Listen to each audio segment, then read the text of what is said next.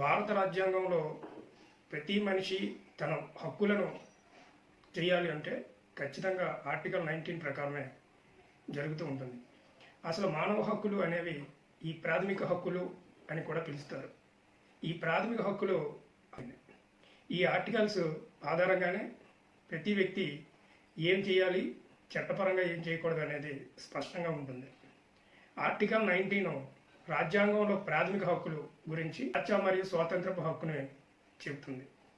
ఈ ప్రతి మనిషికి కూడా ఫ్రీడమ్ ఉండాలి. ఫ్రీడమ్ అనేది లేనప్పుడు ఆ వ్యక్తి మనుగడ కోల్పోవడం జరుగుతుంది.